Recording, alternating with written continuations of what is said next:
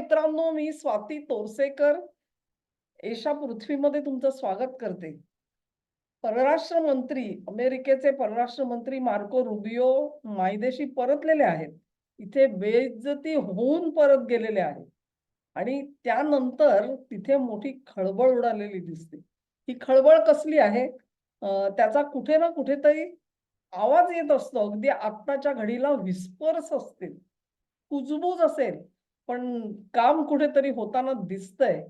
अ, त्याचे ठोस पुरावे काय तुम्ही मागाल तर माझ्याकडे नाहीये.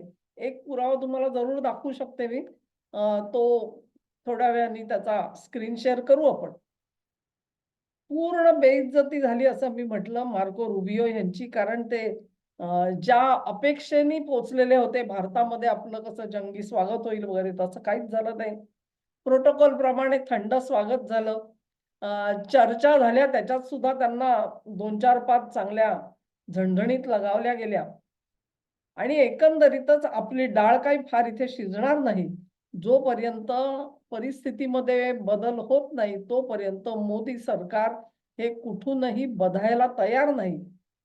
हा मेसेज घेऊन मार्को रुबियो परतलेले आहेत. किंबहुना तुम्हाला सांगते, की ती जी काही सणसणीत बसली ना, आपल्याकडे हिंदी सिनेमामध्ये एक डायलॉग आहे, की मैंने तो एक ही मारा, लेकिन सॉलिड मारा ना. हा जो डायलॉग आहे, तो डायलॉग आठवतो मला रुबियोंचा. रुबियोंच्या बाबतीत. त्यांना अशी सणसणीत बसलेली आहे, की रुबियो भारतात असतानाच ट्रम्प यांना प्रतिक्रिया द्यावी लागली. म्हणजे ते परदेशी परतून नेमकं काय झालं बाबा त्याच्यावर चर्चा करा, मग ॲक्शन घेऊ वगैरे काही नाही. डायरेक्टली ट्रम्प यांनी प्रतिक्रिया दिलेली आहे. हा स्क्रीन मी माझ्या आधीच्या चर्चेमध्ये सुद्धा तुम्हाला दाखवलेला होता शेअर करताना आणि तो आता सुद्धा परत दाखवते आहे.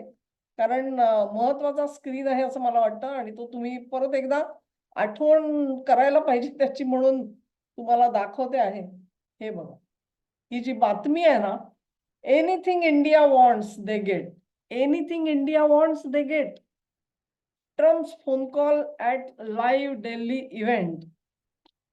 Live Delhi event. आहे की नाही मजा? म्हणजे आपल्याला जे सगळे काय सांगत होते, वेगवेगळ्या कल्पना, त्या सगळ्या फ्लॅट झालेल्या आहेत. रुबियो इथे असतानाची ही हेडलाईन आहे. Anything India wants it gets. मग आधी काय झालं होतं?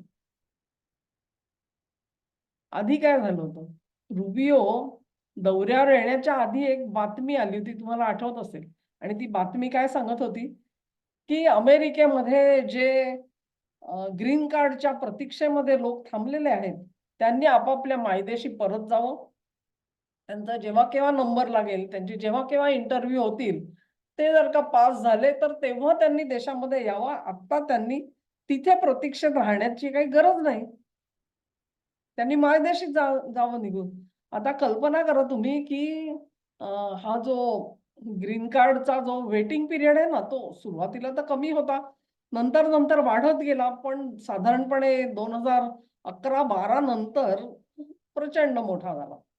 आणि ग्रीन कार्ड ताटकळतच बसलेत आणि आत्ताच्या घडीला तर इंडियन्सचा जो नंबर आहे तो असा इतका मागे गेलाय, की काही जण म्हणतात, की या अशा रेटनी 50-60 वर्ष सुद्धा लागतील. म्हणजे एक वेळ माणूस रिटायर होईल तिथे, पण त्याला ग्रीन कार्ड मिळणार नाही, अशी अवस्था येऊन जाईल. त्यामुळे इंडियन्स थोडे नाराज जरूर होते. आणि ह्या सगळ्या बाबी ज्या आहेत, ह्या भारत सरकार जे आहे, ते अमेरिकेसोबत चर्चेमध्ये आणत होते मुद्दे सगळे. पण मोदींना जखमेवर मीठ चोळायचं म्हणून या सगळ्या घोषणा केल्या जात होत्या. रुबियोंना असं वाटलं आपण निघण्यापूर्वी अशी घोषणा झाली, तर भारत सरकारबरोबर ज्या चर्चा होणार आहेत, त्याच्यात थोडा दबाव येईल मोदी सरकारवर आणि 4 गोष्टी अमेरिकेच्या ऐकायला मोदी तयार होतील म्हणून. पण झालं सगळं उलटंच. लक्षात घ्या, झालं उलटंच. हे जे कोणी ग्रीन कार्ड होल्डर प्रतीक्षेमधले लोक आहेत, अ, हे आता म्हणजे मोर दॅन 15 इयर्स तिथे आहेत आणि तिथे एक अशी सुविधा आहे का, काही जण म्हणतायत की ते पण इल्लीगल आहे, कारण असं करता कामा नये होतं वगैरे. आता तो भाग सोडून देऊ आपण. आत्ताच्या घडीला ज्यांचा ग्रीन कार्ड प्रोसेसमध्ये आहे त्यांचा H1B आहे तो त्याला एक्सटेन्शन देण्याचा एक प्रघात तयार झालाय तिथे. आणि ऑटोमॅटिकली नाही, पण तरी देखील विनासायास अशा प्रकारचं एक्सटेन्शन या लोकांना मिळत जातं असं साधारणपणे बघितलेलं आहे. म्हणजे अगदीच तुम्ही एखादी काहीतरी क्रिमिनल ऍक्ट केला असेल तर गोष्ट वेगळी, तर तुम्हाला ते ऑटोमॅटिकली काय तुमचं होईल अशातला भाग नाहीये. पण उरलेल्यांचं तरी होता आलेलं आहे. आता जर का हा यांनी नियम काढला, की तुमचं ग्रीन कार्ड नाही ना झालं प्रोसेस, मग एक काम करा, तुमचे तुम्ही मायदेशी परत जा. इथे थांबण्याची गरज नाही तुम्हाला. तर तो सगळा लोंढा त्यांना भारतामध्ये परत यावं लागेल. असा जर का नियम काढला अमेरिकन सरकारनी, तर it will be a huge impact. आणि हे भारतीय परत येणार याचा अर्थ असा, की त्यांचा डॉलरमधला पगार थांबेल. त्यांचा डॉलरमधला पगार थांबेल याचा अर्थ असा, की थोड्याफार प्रमाणामध्ये जो पैसा ते भारतामध्ये रिपॅट्रिएट करतात, तो पैसा सुद्धा भारताला मिळणार नाही. आणि हा पैसा आज महत्वाचा आहे तुमच्यासाठी. कारण तुमचे फॉरेन एक्सचेंज रिझर्व्ह जो आहे, तो वेगाने त्याचं उडून जातो आहे. मला वाटतं इराण युद्ध सुरू झाल्यापासून जवळ-जवळ $30 बिलियन चा फरक पडलेला आहे. $30 बिलियन रकमा खाली आलेल्या आहेत. त्याच्यामध्ये तुम्ही जर का ही आणखी भर घालाल, तर परिस्थिती वेगळी होऊन जाईल. असो, पण हे हे सगळं त्यांना कळतं बरोबर. आणि म्हणून अशा वावड्या सोडल्या जातात किंवा ते गांभीर्याने खरोखरच त्याच्यावर विचार करत असतील. पण आता परिस्थिती अशी झालेली आहे, की मोदी सरकारनी हे असली दडपणं तर झुगारून दिलेली आहेतच. पण आणखी सुद्धा इतर काय-काय झुगारलं मोदी सरकारनी याची आता कल्पना नाही. पण रुबियोंना ही भारत भेट जी आहे, ती कायम स्मरणात राहील. आणि इतके फटके पडलेले आहेत, की आता माघारी जाऊन पुन्हा एकदा ती जी काही घोषणा केली ना, की ग्रीन कार्डच्या प्रतीक्षेतल्या लोकांनी परत जावं वगैरे, त्या सगळ्यावरती प्रकरणावर पडदा पडेल कदाचित.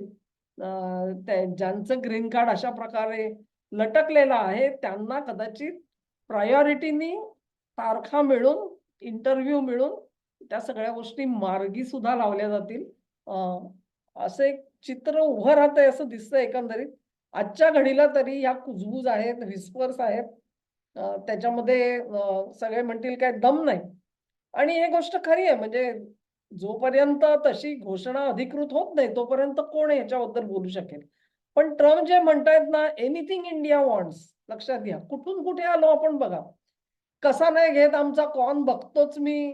140 कोटी लोक तिकडे आहेत आणि तुम्हाला मक्याचं एक कणीस घेता येत नाही का? वगैरे, वगैरे आपल्याला ऐकवलं जात होतं गेल्या वर्षी. तिथपासून घसरत, घसरत, घसरत, घसरत कुठपर्यंत आले? Anything India wants. What India wants? What India wants? माहिती नाही काय-काय आहेत. तेव्हा ट्रम्प साहेबांना जबर किंमत मोजायला लागलेली आहे आणि हात दगडाखाली सापडलेला आहे. हात दगडाखाली सापडलाय कारण त्यांच्या दृष्टीने चीन हा जेवढा मोठा राक्षस आहे, त्या राक्षसाला थोपवायचं तर भारत सोबत पाहिजे. आणि क्वाडची जी मीटिंग झाली, त्या मीटिंगचा कसा फज्जा उडालेला आहे, ते सुद्धा ट्रम्पच्या कानावर गेलं असेल. म्हणजे भारताने जरूर बैठकीत भाग घेतला, हे झालं, ते झालं, ते झालं. पण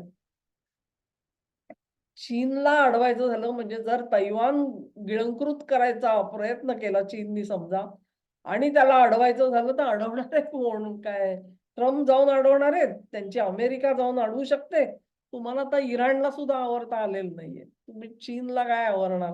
म्हणजे इराणला तर चीननी नुसतंच शस्त्रास्त्र पुरवली आणि थोडाफार गाईडन्स दिला, इतर टेक्नॉलॉजिकल हेल्प दिली. इथे प्रत्यक्ष चीनशी गाठ आहे तुमची. तेव्हा ही लढाई आपल्याला महागात पडते आहे याची कुठेतरी जाणीव झालेली आहे. आणि म्हणून हे एनिथिंग इंडिया वॉन्ट्स. असो, चांगली गोष्ट आहे. घसरत घसरत आले असतील इथपर्यंत. त्यात आमचे जे कोणी ग्रीन कार्ड च्या प्रतीक्षेमधले असलेले भारतीय आहेत, त्यांना लाभ मिळून गेला तर चांगली गोष्ट आहे. आपल्यासाठी ती आनंदाची गोष्ट असेल. तेव्हा इथून पुढे तरी ह्या ट्रम्प प्रशासनाला सद्बुद्धी मिळो. आणि आता इथून पासूनचे जे निर्णय आहेत, ते भारतीयांबरोबर वरती खार खाण्याचे उद्योग बंद करावेत, पाय जमिनीला लावावेत आणि आपलाही हात कुठेतरी दगडाखाली आहे याची जाणीव ठेवावी. एवढीच ट्रम्प प्रशासनाकडून अपेक्षा आहे. आम्हाला कुठले फेवर्स नकोयत तुमच्याकडून. जे तिथे कायद्याने आहे, ते कायद्याने आम्ही मागतोय आणि त्या कायद्याने जे आहे ते व्हावं. त्याच्यात अडथळे आणू नका आणि तुमचा तो जो मागा क्राउड आहे ना, make America great again, Anglo white काय ते अँग्लो सॅक्सन व्हाईट आणि प्रोटेस्टंट आणि त्यांच्यासाठी अख्खं प्रशासन मी राबवीन अशी जी शेखी मिरवत होतात, ती शेखी थोडी कपाटात बंद करून ठेवा. हा व्हिडिओ तुम्हाला आवडला असेल अशी आशा करते. तुम्हाला आवडला असेल तर ही लिंक शेअर करा, व्हिडिओला लाईक करा, चॅनेलला सबस्क्राईब करा आणि सहकार्य असंच चालू ठेवा. नमस्कार.